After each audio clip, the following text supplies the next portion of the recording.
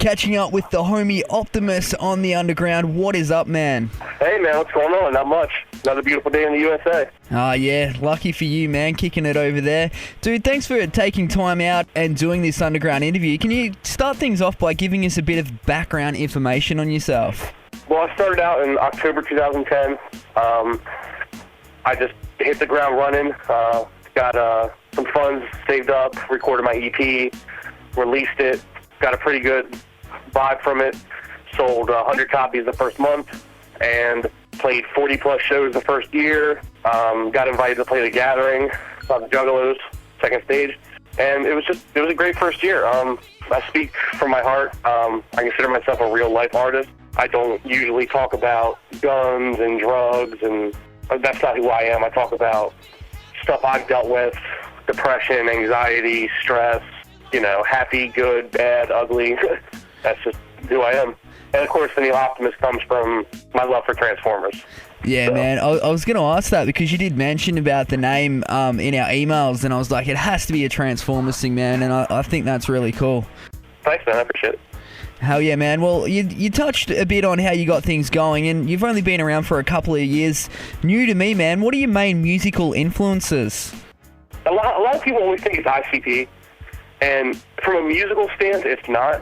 From a business stance, I respect Violent J beyond words, because everything he did for underground music and the marketing is just phenomenal.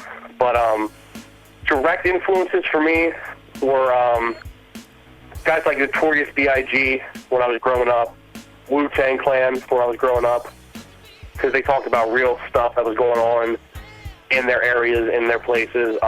Nas was another big person. Then when I got involved, right before I got involved in the music, like in 2007, 2008, I was a huge King Gordy fan.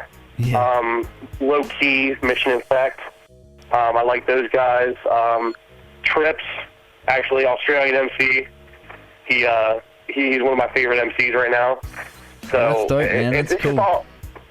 Anyone that just speaks from the heart, like anyone that does music and doesn't try to be like, hey, I'm gang banging and I'm popping shots when you're sitting at your mom's house recording on a computer.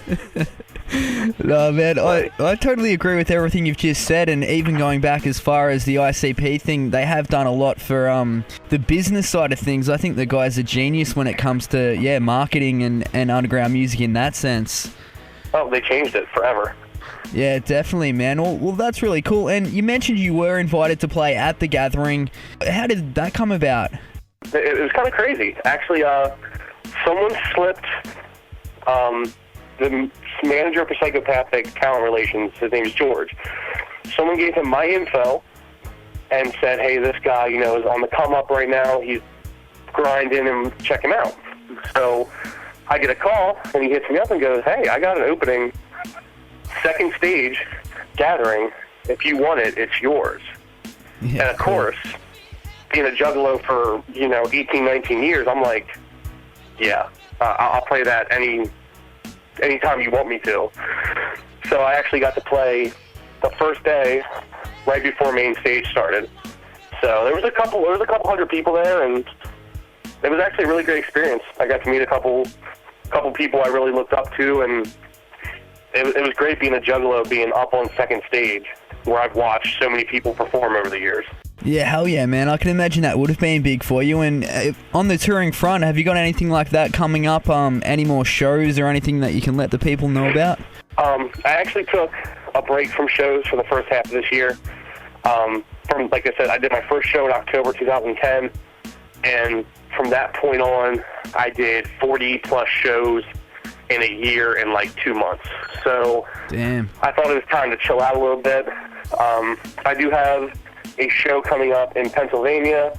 I'm helping my boy Hatred, who's my mentor, and he runs the crew we're on. I'm helping him open up for Mac Lethal.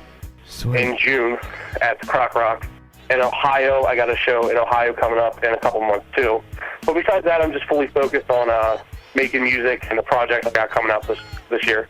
Yeah, cool, man. Well, that does lead us to the next question. What are the plans for this year? I hear you have some exclusive info for us. I do. I have an exclusive.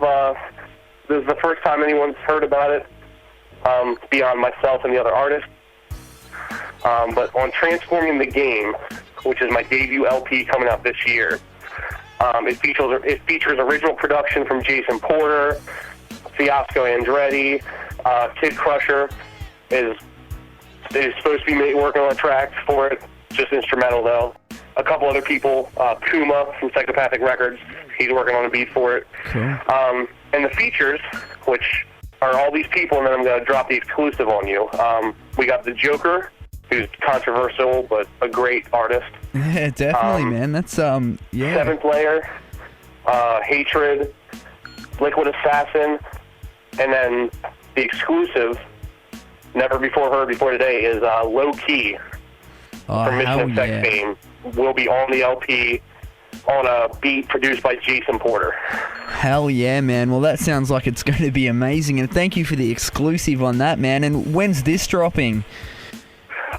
We're shooting for November 2012. We want to make sure everything is perfect with it. I mean, it's going to be mixed, mastered, engineered perfectly. The graphics are being done by Low Key, so everything's going to be perfect for this. It's going to be available on iTunes, Amazon, hard copies, you know. So I want everything to be perfect with this, so it's going to take some time this year.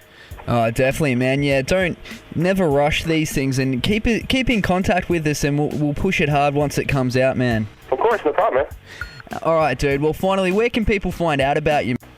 On all social networking sites, Twitter @Optymus S2R, Facebook.com/Optymus S2R, www.sidestreamrecords.com. Man, that's basically the main three. All right, man. That's really cool. We're about to play Came Up. Any info on this track before we play it, man? This was actually the second song I ever wrote. I went up to record it in the studio, and my boys Hatred and Nebo were like, "Man, we have to get on this track." So it's real hip hoppy feeling. The hook is from Marca, and it's very auto-tuned. But because people always say that, you know, oh, it's auto-tuned. But I think it sounds good, and this was like one of the first songs I wrote. So the video on YouTube actually has like 50,000 views on it right now. Damn. So all right, cool, that's man. one of my favorite songs. Hell yeah, man, and I love it a lot. I only heard it for the first time just the other day. I'm a little bit out of the loop here in Australia, man, but big things coming from this dude right here. It's Optymus, Came Up on The Underground. Optymus.